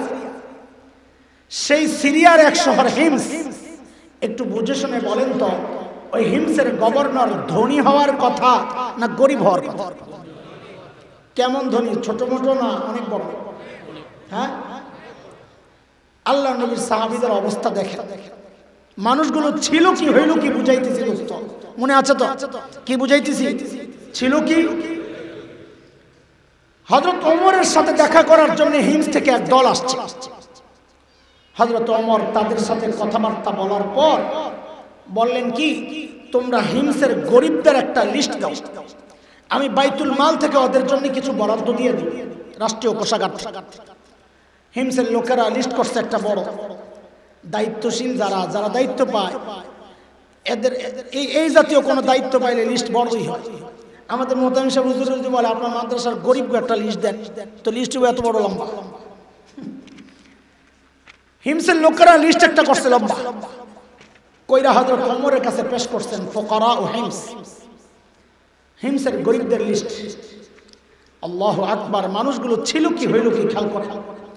হযরত ওমর লিস্টের দিকে নজর বুলেই অবাক হয়ে গেছেন। কেন? দেখেন যে লিস্টের শুরুর দিকেই হিমসের গভর্নর সাঈদ ইবনে আমির আল জুমাহির নাম। মানুষগুলো ছিল কি হইল কি খেয়াল করে। সাইয়েদনা ওমর জানতে চাইলেন, আমি ওরকম ফাঁকে এরকম, আরে কি ব্যাপার, তোমাদের গভর্নর কি গরিব? হিমসের লোকেরা জবাব দিলেন, বালা আমিরুনা আফকরুনা, আমাদের গভর্নর শুধু গরিব না, হিমসের মধ্যে সবচাইতে গরিব। হযরত ওমর তো এত খুশি হইছেন যে আমার অধীনস্থ একজন কর্মকর্তা এত দুনিয়া বিমুখ, জাহিদ, সৎ। আল্লাহু আকবার। হযরত ওমর সাথে সাথে 1000 স্বর্ণ মুদ্রা, 1000 স্বর্ণ মুদ্রা বুঝেন, কোটি টাকার উপরে, 1000 স্বর্ণ মুদ্রা প্যাকেট করে দূত মারফত পাঠায়া দিয়েছেন, যাও আমার সাঈদকে আমার পক্ষ থেকে হাদিয়া দিয়ে আসো। কত কত কোটি টাকার উপরে, বলেন কত? দূত যখন হিমসে পৌঁছে হযরত সাঈদের কাছে যখন এই প্যাকেট পেশ করে, আল্লাহর নবীর সাহাবী প্যাকেট খুলে যখন দেখলেন এর ভেতরে তার জন্য রাখা এত বিশাল অঙ্কের হাদিয়া, তিনি সাথে সাথে প্যাকেটটা ছুঁড়ে মেরে চিৎকার দিয়ে বলে উঠলেন, ইন্না লিল্লাহি ওয়া ইন্না ইলাইহি রাজিউন। হাদিয়া পাইলে কি পড়ার কথা? ইন্না লিল্লাহি না আলহামদুলিল্লাহ। আমি তো আলহামদুলিল্লাহই পড়তাম, আপনারা কি পড়তেন? ডবল পড়তেন, মাশাআল্লাহ। এটাই তো ঠিক আছে, কিন্তু আল্লাহর নবীর সাহাবী কি পড়ছে? আহা, বলেন না। বউ তো ভেতর থেকে ডরায় গেছে, আহারে মদিনা থেকে দূত আসছে, না জানি কোন দুঃসংবাদ নিয়ে আসছে। সাথে সাথে জিজ্ঞেস করলেন, আকুতিলা ওমর ইবনুল খাত্তাব, কি ব্যাপার? সাইয়েদনা ওমর কি শহীদ হয়ে গেছেন নাকি? মদিনা থেকে দূত কি খবর দিয়েছে? হযরত সাঈদ জবাব দেন কি জানেন? না না না, ঘটনা তা না, বরং তার চেয়েও মারাত্মক, তার চেয়েও। বউ আবার জানতে চাইলেন, আকুতিলাল মুসলিমুনা ফি মারিকা, তাইলে কি কোনো যুদ্ধের মধ্যে মুসলমান ব্যাপকভাবে শহীদ হয়ে গেল? হযরত সাঈদ বলেন, না, ঘটনা তাও না, বরং তার চেয়েও মারাত্মক। বউ তো আরো ডরে গেছে, আরে বলেন না তাড়াতাড়ি, কি এমন মারাত্মক ঘটনা? আল্লাহু আকবার। আল্লাহর নবীর সাহাবীর জবাবটা দোস্ত ইতিহাস হয়ে গেছে, সোনার অক্ষরে লেখা হয়ে গেছে। হযরত সাঈদ কি জবাব দিচ্ছেন? দাখালাত আলাইয়া দুনিয়া লিতুফসিদা আখিরাতি, আরে আমার ঘরে দুনিয়া ঢুকছে আমার আখিরাতকে বরবাদ করার জন্য। সাথে সাথে বিবিকে বললেন, আমি চাই মদিনার দূত আমার ঘরে থাকতে থাকতে এই 1000 স্বর্ণ মুদ্রা তুমি হিমসের গরিবদের মধ্যে বিলাইয়া দিবা। আল্লাহ, বউ তো সাহাবীর বউ, কার বউ? বলেন না, কার বিবি? আমার বিবি তো না। আপনাদেরটা বলবো না, আপনাকে এলাকায় এখন ছাড়ি নাই, কোন বিপদে পড়ি। আমারটাই কই কাছে নাই। যদি আমারটারে বলতাম যে সব দিয়া দাও, এটা ভেংসি দিয়ে মারল, সব দিয়া লাগবে, সব দিয়া লাগবে। ঘরের খবর রাখেননি, বাইরে বাইরে থাকেন, কত কিছু লাগবে। বেশি বিড়াবিড়ি বললে করলে কি বলতো, আচ্ছা অর্ধেক করেন, আপনারটা দিয়া লাই, আমারটা থাক। কিন্তু আল্লাহর নবীর সাহাবীর বিবি আল্লাহ মিলাইছেন, যে যেমন তার সাথে তেমন। আমার সাথে বল, বলাবেন বিয়ে করবি সামনে তো কাজে লাগবে এই কথাটা। আমার সাথে বল, জেসকার লগে তেসকা, বল বল, জেসকার লগে, আর বলস না জেসকার লগে। কোরআনে আয়াত আছে না একটা সূরা নূরের মধ্যে, আল খাবিসাতু লিল খাবিসিনা ওয়াল খাবিসুনা লিল খাবিসাত আত-তাইয়িবাতু লিত-তাইয়িবিনা ওয়াত-তাইয়িবুনা লিত-তাইয়িবাত উলাইকা মুবাররাউনা মিম্মা ইয়াকুলুন লাহুম মাগফিরাতুন ওয়া রিজকুন কারীম। এই আয়াতের সংক্ষেপ তরজমা কি বানাইলাম রে? জাসকার লগে, আহা বলস না তোরা, বুঝুস নাই পুরান। আসন এই যে আগে মুরব্বীরা যখন বিয়ে করতে গেছে ওনাদের কথা বলতেছেন, ওই যোগের কথা বলতেছে। তো বউ দেখতে গেছে যে তোর মতো একা একা যায় নাই, বেহায়ার গোষ্ঠী মার বন্ডেল হয়ে গেছে, যায় এত বউর দিকে তাকায় না, শর্মে নিচের দিকে বসে তাকায় বসে, ওই মার আর বোনের দিকে তাকায়, যদি দেখছে এরা একটু এদিক সেদিক তাকাইছে এই ফাঁকে একটু দেখে কি জিজ্ঞেস করছে তখন নিজে জিজ্ঞেস করে না, মা আর বোন জিজ্ঞেস করে, কান দিয়া শোনে মজা। মা বোনরা কি জিজ্ঞেস করছে, নামাজ কয় ওয়াক্ত গো? ওই জবাব দিতে দিতে বেরির 5 মিনিট গেছে। আরে কত লাজুক ছিল আগে মেয়েরা, কয় কোন রাকাতে কত ওয়াক্ত, আর কোন ওয়াক্তে কত রাকাত, এটা বলতে আধা ঘন্টা শেষ। গাইমা টাইমা আমার মতো সব শেষ। হায়, সূরা জানো কয়টা, অজুর ফরজ কয়টা, গোসলের ফরজ কয়টা, আগে জিজ্ঞেস করছে এগুলা। এখন যুগ পাল্টাইছে না? আগে যে হারিকেন জ্বালাইছেন, কফি জ্বালাইছেন, আগুন আসলে কোন দিকে? কথা কয়। এখন নতুন লাইট বেরিয়েছে, আলো কোন দিকে? যুগ পাল্টাইছে না? এখনকার ছেলেমেয়েরা যায় আর এগুলা জিজ্ঞেস করে না, নামাজের খবর লয় না, মাসআলার খবর লয় না। এখন যায় কি জিজ্ঞেস করে, ওই বিশ্বকাপ চলাকালীন যদি বউ দেখতে গেছে, যায় জিজ্ঞেস করছে কোন দলের সাপোর্ট করে, তোমার গান কোনটা পছন্দ? গান তো কয় না, যায় ঢং করে সং। ফেভারিট সিনেমা কোনটা? আরে কথা কর না। এই প্রশ্নগুলা করা ঠিক আছে নি? খালি উল্টা বুঝে আর নাউজুবিল্লাহ পড়ে আলহামদুলিল্লাহর জায়গায়। এই প্রশ্ন করা ঠিক আছে কেন? ও প্রশ্ন করে জেনে নে ওই যে একটা খবিশ, ও লগেরটাও খবিশ পড়ে কিনা। এটার নাম হইলো জেসকার লগে তেসকা। বুঝে আসছে না? হ্যাঁ, এবার সাবধানে চলিস। তুই নিজে 2 নাম্বার হইলে আল্লাহ বউ 2 নাম্বারই পাঠাই, তুই 3 নাম্বার হইলে আল্লাহ বউ 3 নাম্বার পাঠাইব, তুই নিজে 4 নাম্বার হইলে আল্লাহ বউ পাঠাইব নাম্বার ছাড়া। স্মার্ট খুঁজো খালি না, স্মার্ট। আর পরে গোলাম বানায়া দেও, শেষে দৌড়ায় হুজুরের কাছে, হুজুর কিরে কি হয়েছে? হুজুর একটা তাবিজ দেন, বউ কথা শোনে না। শুনবো কোথেকে? লাগাইছো যে স্মার্ট আনছো, এখন এর পিছনে পিছনে ঘুরো। সুবহানাল্লাহ। মার্কেটে যায়, গোলামের ঘরে গোলাম, আমি তো দেখি বেটি সামনাসামনি হাঁটে, আর বগলের এই নিচে এক ব্যাগ, এই নিচে এক ব্যাগ, 2 হাতে 2টা, গোলামে পিছন দিয়ে হাঁটতেছে, মনে হয় যেন একটা জিন্দা ঠেলা গাড়ি। ভালো করে বিয়ে করো, দিনদার বিয়ে করো না। আল্লাহর নবীর সাহাবী যখন বললেন আমি চাই মদিনার দুধ আমার ঘরে থাকতে থাকতে সব দিয়ে দিবা, বিবিও তো এরকমই, আপনি কোনো টেনশন করেন না, আমি সব দিয়ে দিতেছি। দুধ এই সমস্ত কারবার দেখে অবাক, আরে কই আসলা, এরা মানুষ না ফেরেশতা। দ্রুত ফেরত গেছেন মদিনায়। সাইয়েদনা ওমরের কাছে সব ঘটনা শোনানোর পর হযরত ওমর এত খুশি হইছেন, সাথে সাথে বললেন এই কাফেলা রেডি কর, আমার সাইদকে দেখতে যাও। কতটা খুশি হইল ওমর এই কথা বলতে পারেন। এত সহজ না মদিনা থেকে সিরিয়া যাওয়া, এত সহজ কাম না। সাইয়েদনা ওমরের কাফেলা যখন হিমসে ঢুকে, গোটা হিমস যেন ভেঙে পড়ে, হাজারো মানুষ চারদিক থেকে ছুটে ছুটে আসতেছে। কেন? আহারে মদিনা থেকে আমাদের আমিরুল মুমিনিন আসতেছে, আল্লাহর নবীর শ্রেষ্ঠ সাহাবী আসতেছে এক নজর দেখার জন্য। হাজারো মানুষ জমা হয়ে গেছে। হযরত ওমরের মাথায় চিন্তা নতুন আসছে, আমি তো সাইদকে ভালোই জানি, কিন্তু জনগণ কি বলে একটু পরীক্ষা নিয়ে নেই।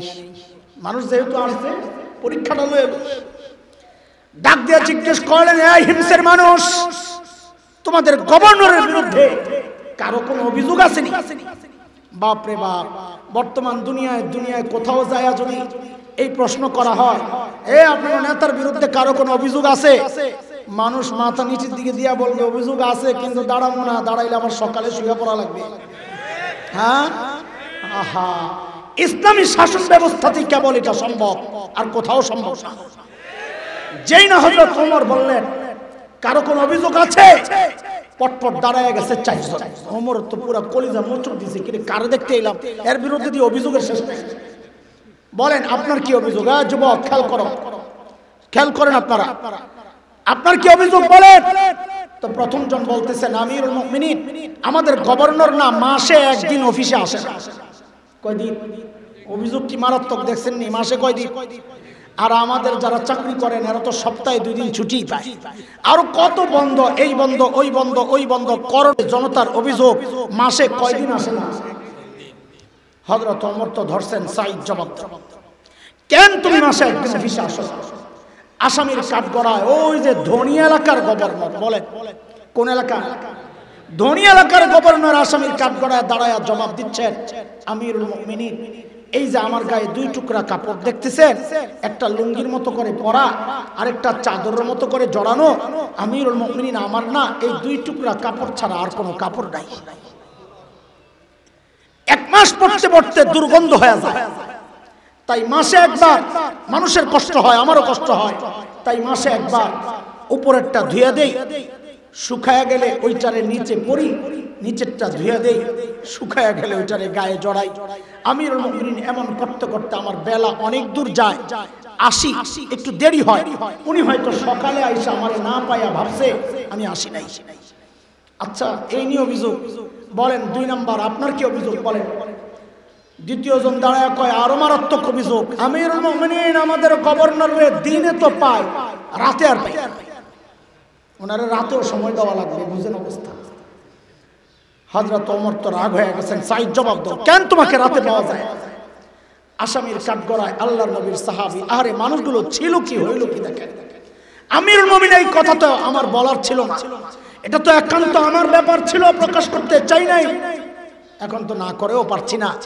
আমিরুল মুমিনিন, কাসমতু হায়াতি বাইনা রাব্বি ওয়া বাইনা ইবাদি, আমিরুল মুমিনিন আমি আমার জীবনটারে 2টা ভাগ করেছি, এক ভাগ রাতটা আমি আমার মালিককে দেই, আরেক ভাগ দিনটা মালিকের বান্দাদেরকে দেই। আরে কি মানুষ কি হয়ে গেল, ওরা এখন মালিকের জন্য আলাদা টাইম বরাদ্দ করেছেন, মালিককে দিব এটা আমার। অথচ আমরা ব্যস্ত মানুষ, এত কাজ এত কাজ, সুবহানাল্লাহ, মালিককে টাইম দেওয়ার সময় আমাদের হাতে নাই, মালিককে টাইম দেওয়ার সময় আমাদের হাতে নাই, আমরা ব্যস্ত। অথচ এই হায়াতের একটা ভাগ কিন্তু ফেসবুকে পায়, এই হায়াতের একটা ভাগ কিন্তু ইউটিউব পায়, যুবক এই হায়াতের একটা ভাগ কিন্তু ফাসিক ফুজ্জার খেলোয়াড়েরা পায়, এই হায়াতের একটা ভাগ গায়ক গায়িকা পায়, নায়ক নায়িকা পায়, আমার পরিবার সমাজ পায়, আমার সন্তান পায়, আমার ব্যবসা প্রতিষ্ঠান পায়, এমনকি আমার নেতাও পায়। পায় না কেবল আমার মালিক, মালিককে টাইম দেওয়ার সময় আমার হাতে নাই। এরে জালিম, আমি আর তুমি ছাড়া দুনিয়ার সব মালিককে টাইম দেয়, ওই একটা গাছের দিকে তাকায়া দেখো, কি মনে হয় গাছটা বুঝি এমনি দাঁড়ায় আছে? না না না, ওই গাছটাও দাঁড়ায়া দাঁড়ায়া মালিকের তাসবিহ পড়ে। যেই কুকুরটাকে নিকৃষ্ট প্রাণী মনে করে দাঁড়ায়া দাও, ওই কুকুরটাও রুকুর হালতে মালিকের তাসবিহ পড়ে। যেই পোকামাকড় গুলোরে পায়ে দলে তুমি মেরে ফেলো, ওই পোকামাকড় গুলো সেজদার হালতে মালিকের তাসবিহ পড়ে। পড়ি না কেবল আমি আর তুমি, আমাদের হাতে তো সময় ব্যস্ত, সময় একদিন আসবে, সেদিন করার থাকবে না কিচ্ছু, চিৎকার করে করে শুধু কান্দবো আর বলবো, ইয়া লাইতানি কদ্দামতু লিহায়াতি, আহারে সময় মতো যদি একটু পুঁজি বানায় আসতাম, তাইলে আজকে আর এই বিপদে পড়া লাগে না। এর যুবক, ওরে ভাই আমার কলিজার টুকরা সন্তানেরা, তোদের হাতে পায়ে ধইরা বলে যায় একটু পুঁজি বানা, পুঁজি বানা, এদিক ওদিক সময় না দিয়া মালিক রে সময় দে, পুঁজি বানাও, পুঁজি পুঁজি পুঁজি, কি নিয়ে দাঁড়াবা? সাম্প্রতিক কালের পুঁজির একটা ঘটনা শোনাইতেছি, এটা খুব বলতেছি, আমার হৃদয়ে টাচ করেছে, সবাই রে শোনাইতেছি, কে জানে এক ঘটনায় তার জীবন পাল্টায় যাইতে পারে। আমার মাদ্রাসার এক শিক্ষক একদিন আমাকে ডাক দিয়ে বসাইয়া বলে, ভাইজান, তার মোবাইল একটা ভিডিও, বলে আপনার একটা ভিডিও দেখাই, দেখেন কোন এক আরব দেশের টেলিভিশনের একটা প্রোগ্রাম, যুবক ভালো করে শোন, কোন এক আরব দেশের টেলিভিশনের একটা প্রোগ্রাম, একটা ছোট্ট বাচ্চার সাক্ষাৎকার নিচ্ছে একজন, বাচ্চাটার বয়স বড় জোর 13-14 হবে, 13-14 বছরের বাচ্চা, অনেক বড়, বুঝ আসছে এখনো ভালো কথা বলে। বাচ্চাটা অন্ধ, চোখ এরকম চামড়া লাগানো, আরবিতে বলে মাকফুফুল আইন, এরকম লেপটানো চোখ, বন্ধ। উপস্থাপক বাচ্চাটাকে জিজ্ঞেস করতেছে, আচ্ছা তোমার যে এই চোখের নিয়ামতটা নাই, তুমি কি আল্লাহর কাছে এই নিয়ামতটা ফেরত চাও? বাচ্চাটা ভাবলেশীন জবাব দিয়ে দিল যে না, আমি এই নিয়ামত ফেরত চাই না। আমি তো অবাক হয়ে গেছি, কিরে বলে কি, বোকা নয়? পরে বুঝলাম ছোট মানুষ তো, এখনো দৃষ্টিশক্তি কত বড় নিয়ামত এটা বুঝ হয় নাই, এই জন্য এই জব। তা আমি যেমন অবাক হয়েছি ভিডিও দেখা, যিনি সামনাসামনি বসা তিনি তো আরো বেশি অবাক হয়েছেন। তিনি আরো অবাক হয়ে জিজ্ঞেস করতেছেন, লিমাজা, আরে কেন তুমি এই নিয়ামত ফেরত চাও না আল্লাহর কাছে? আল্লাহু আকবার, আল্লাহু আকবার। বাচ্চাটার কি পবিত্র চিন্তা, তার জবাবটা শুই না আমি বুঝছি, আরে বোকা তো ও না, বোকা তো দেখে আমি, বোকা তো আমি। আল্লাহকে সাক্ষী রেখে বলছি ভাই, তার জবাবটা শুই না আমি সাথে সাথে কান্না করে সাথে সাথে কেঁদে ফেলেছি। আর ওই যে উপস্থাপক তাকেও দেখছি কান্না করা শুরু করছে। তার কান্না দেখে আমি আরো বেসামাল হইয়া ওই টয়লেটে ঢুকে গেছি, দরজা লাগায় ভিতরে দাঁড়ায় দাঁড়ায় অনেকক্ষণ কাঁদছি, অনেকক্ষণ কাঁদছি, পাতলা হইয়া মুখ টুক ধুয়া বের হইছে। ও বলে কি জানো যুবক, হায় হায় দেখো কি পুঁজি বানাইছে ও বাচ্চা মানুষ। ওকে যখন জিজ্ঞেস করা হলো তুমি কি নিয়ামতটা ফেরত চাও, বলে না চাই না। কেন চাও না?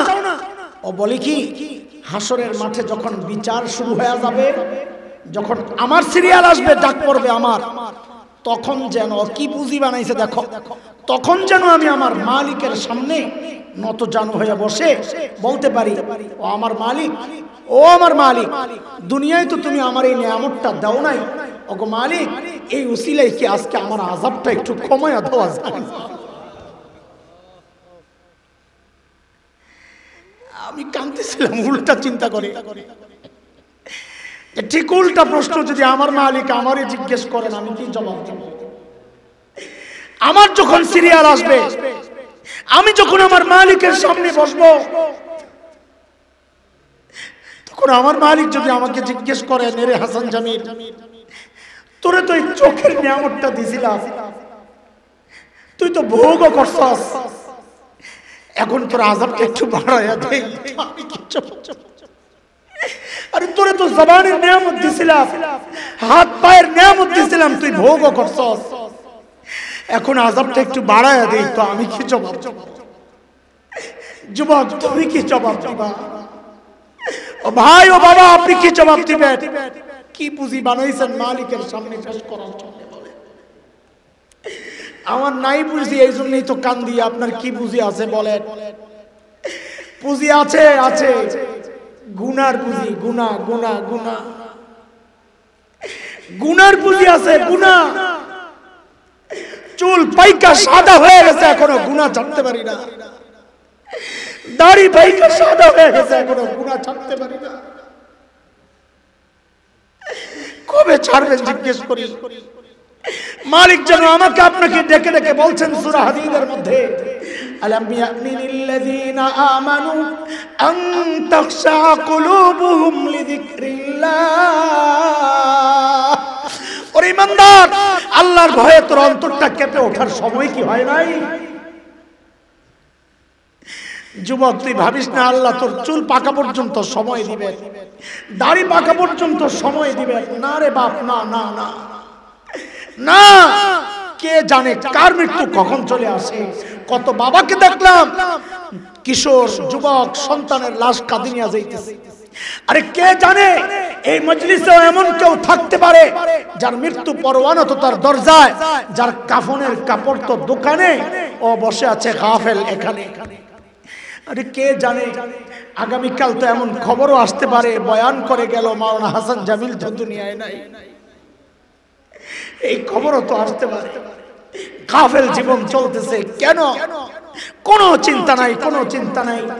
অথচ আম্মা জান আয়েশা রাদিয়াল্লাহু আনহা জান্নাতের সুসংবাদ পাওয়া আম্মা জান কাঁদতেন কাঁদতেন কাঁদতেন আর বলতেন, ইয়া লাইতানি কুনতু নাসিয়াম মানসিয়া, আয় আমি যদি নিঃশেষ হয়ে যাইতাম, মালিকের সামনে আর দাঁড়াইতে হইতো না।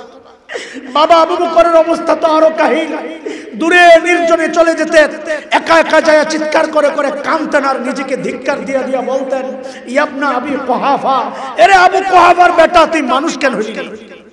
তুই মানুষ কেন হইলি? গাছের পাতার দিকে তাকায়া আবু বকর কাঁদতেন আর বলতেন, ইয়া লাইতানি কুনতু ওয়ারাকা মিনাশ শাজারা তুদাত ওয়া তুকাল। হায়, মানুষ না হয়ে যদি গাছের পাতা হইতাম তো জীবজন্তু আমার চাবায়া চাবায়া খায়া ফেলতো। আরে আবু বকর তো জান্নাতের গ্যারান্টি পাওয়া, আম্মা জান তো জান্নাতের গ্যারান্টি পাওয়া, আমি আর তুমি এত উদাসীন কেন হলাম? আমাদেরকে কে গ্যারান্টি দিল যে আমাদের মৃত্যুর যন্ত্রণা হবে না? আমাকে তোমাকে কে গ্যারান্টি দিল যে আমাদের কবরের আযাব হবে না?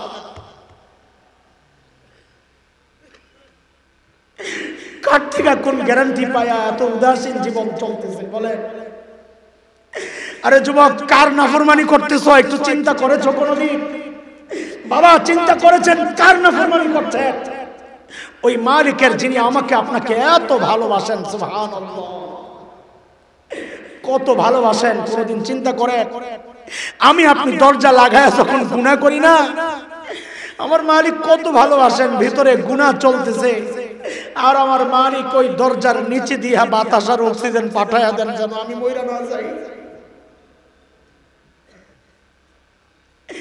আরে এত ভালোবাসবেন না কেন? দুনিয়ায় আমাদেরকে আল্লাহ আল্লাহ রাসূল বাদ দিলে সবচেয়ে বেশি ভালোবাসেন মাকে। মার কলিজায় কত মায়া, এটা মা ছাড়া কে জানে? আল্লাহও জানেন, আর কে জানে? কোরআন সুন্নাহ থেকে কিছুটা উপলব্ধি করি, বড়দের দেওয়া মাসআলা থেকে কিছুটা উপলব্ধি করি। যেমন একটা মাসআলা তো এমন, কোন সন্তান যদি বাবা মার আগে ইন্তেকাল করে, বাবা তো সন্তানের লাশের পেছনে পেছনে চলতে পারে, বাবা তো সন্তানের কবরেও নামতে পারে। কেন বাবার কলিজায় কি মায়া দয়া নাই? বলে আছে। বাবাও চিৎকার করে করে কাঁদবে, কিন্তু বাবাকে আল্লাহ ওই শক্তি দিয়েছেন, বাবা সন্তানকে দাফন করে উপরে উঠতে পারবে। কিন্তু কোন মায়ের জন্য সন্তানের লাশের পেছনে যাওয়া চলবে না, মায়ের জন্য সন্তানের কবরে নামা চলবে না। কেন? দুনিয়ায় এমন কোন মা নাই যে সন্তানকে দাফন করার জন্য কবরে নামবে, সন্তানকে দাফন করে নিজে সুস্থ অবস্থায় উপরে উঠবে, এমন কোন মা নাই। নিজেও লাশ হইয়া সন্তানের সাথে শুয়ে পড়বে। এর দোস্ত একটু বুঝে শুনে বলেন, মার কলিজায় যে এত মায়া কেন? মা আমার চোখ বানাইছিলেন, মা আমার জবান বানাইছে, মা আমার হাত পাও বানাইছে, কিচ্ছু বানান নাই। অল্প কয়েকদিন ভাড়াটিয়ার মতো পেটে ধারণ করেছেন, লালন করেছেন, তাতেই মার কলিজায় এত মায়া। আহ, তাইলে যে মালিক আমার চোখ বানাইছেন ওই মালিকের কত মায়া, যে মালিক আমার হাত পাও বানাইছেন ওই মালিকের কত মায়া, যে মালিক আমাকে এত এত নিয়ামত দিয়ে বাঁচায় রাখছেন ওই মালিকের কত মায়া। ওই মালিকের নাফরমানি আর কত কাল চলবে বলেন দোস্ত? আর কত কাল চলবে? এরে যুবক ভাই আমার কথাগুলো যদি তোদের হৃদয়ে টাচ না করে, আমার আর কোনো শক্তি নাই বুঝানোর।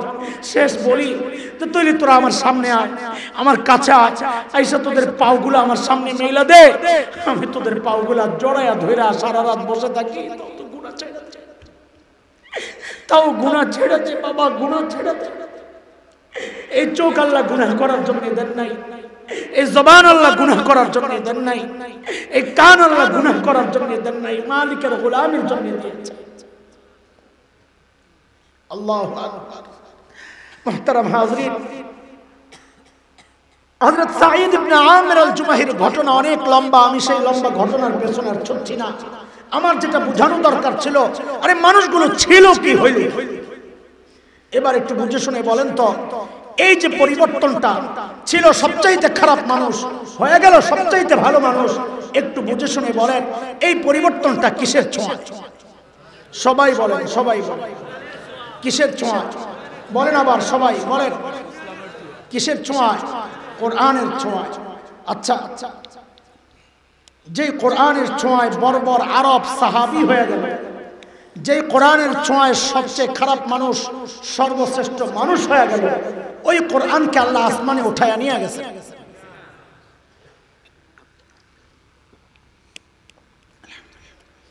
আছে ওই কোরআন? কথা বলে, কথা বলে। আছে ওই কোরআন? দুর্বল হয়ে গেছে, পুরান হয়ে গেছে, হসপিটালে ভর্তি, আগের মতোই।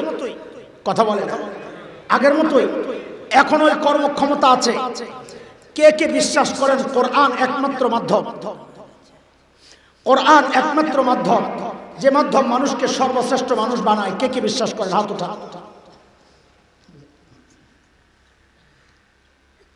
এটা বিশ্বাস করেন সবাই? হাত নামান, হাত নামান। আরেকবার হাত উঠাবেন। কে কে চান তার সন্তান সর্বশ্রেষ্ঠ মানুষ হোক? সবাই চান, বাচ্চারাও চায়। হাত নামান।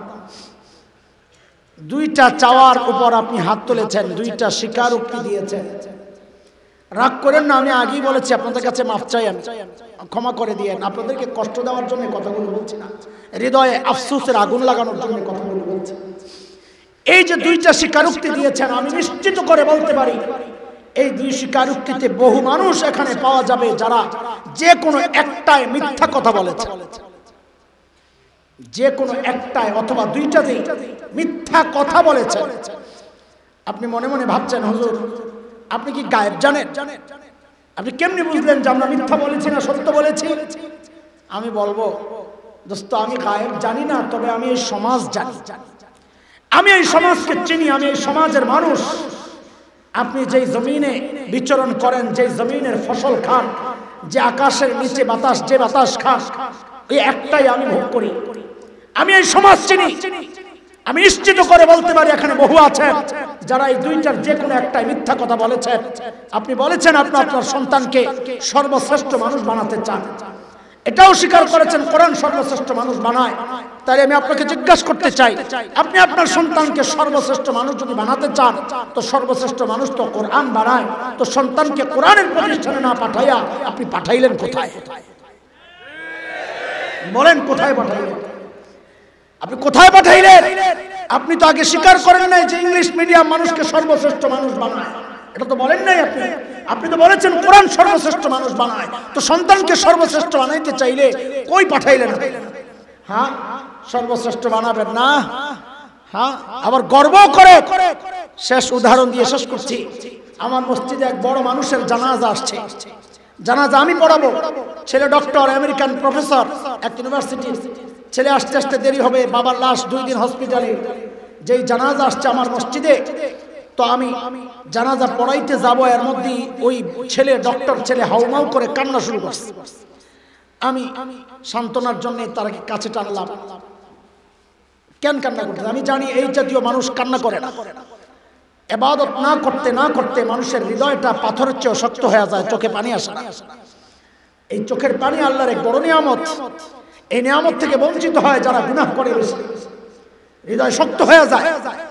তা আমি তাকে কাছে এনেছি বোঝানোর জন্য, ভাই আপনার বাবা চলে গেছেন, আমারও বাবা নাই, মা নাই, একদিন আপনিও যাবেন, আমিও যাব, সবর করেন।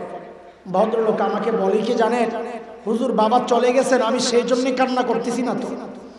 আমি তো আরো অবাক হয়ে গেছি, বাবার মৃত্যুর কারণে আপনি কান্না করছেন না তো কি জন্য করছেন? ভদ্রলোক বলে কি জানেন, আমি আমার বাবার লাশের সাথে কথা বলতেছি, তিনি জবাব দিচ্ছেন না।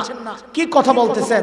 ওরে বাবা, ও বাবা, আমাকে সর্বোচ্চ লেখাপড়া করানোর জন্য, সর্বোচ্চ ডিগ্রি অর্জনের জন্য তুমি তোমার জীবনটা শেষ করেছ, যৌবন শেষ করেছ, কামাই রোজগার শেষ করেছ, ক্যারিয়ার শেষ করেছ, নিজের সুখ শান্তি শেষ করেছ, আরামায়েশ শেষ করেছ, সব শেষ করলা, আমাকে সর্বোচ্চ লেখাপড়া করাইলা।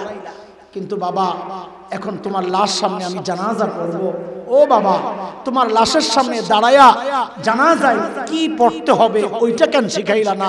এখন আমি কি বলবো? আমি তো কিচ্ছু জানি না। গর্ব করেন না? গর্ব করেন। আরে গর্ব তো করার কথা হাফেজের বাবা, গর্ব তো করার কথা আলেমের বাবা। আপনাদের কিসের গর্ব যে বাবার সন্তান তার জানাজা পড়াইতে পারে না?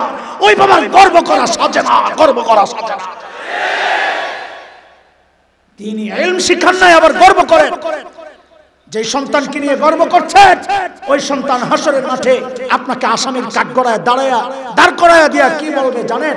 রব্বানা ইন্না আতানা সাদাতানা ওয়া কুবারানা ফাআদাল্লুনা আস-সাবিলা রব্বানা আতিহিম দিফাইনি মিনাল আযাব ওয়ালআনহুম লা'নান কাবীরা।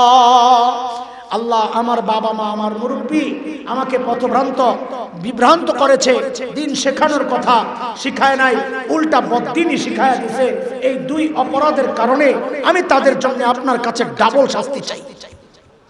নাউজুবিল্লাহ পড়ে। সন্তানের এই অভিযোগের মুখে যদি দাঁড়াইতে না হয়, সন্তান বানাইছেন তো বানাইছেন, খুব ভালো বানাইছেন, এখন সন্তানরা ডাক দিলে কি বলে জানেন? শহরে বেশি এ করবা আমি কিন্তু 999 ফোন দেব। বাবারে হুমকি দেয়। 999 মানে পুলিশের দ্রুত অ্যাকশনের যে জায়গা। বেশি ফাইজলামি করবা আমি কিন্তু 999 ফোন দিয়ে দিব। আরে পোড়া কপাল, ওই পোড়া কপাল তো ফোন দেওয়ার কথা ছিল আল্লাহকে, রব্বির হামহুমা কামা রব্বায়ানি সগীরা বইলা। ওই পোড়া কপাল এখন আল্লাহর কাছে ফোন দেয় না, ওই পোড়া কপাল এখন পুলিশের কাছে ফোন দেওয়ার হুমকি দেয় বাবাকে, মাকে। দিবে না কে? দিন শিখাবেন না তো যোগাযোগ পুলিশের সাথেই হবে।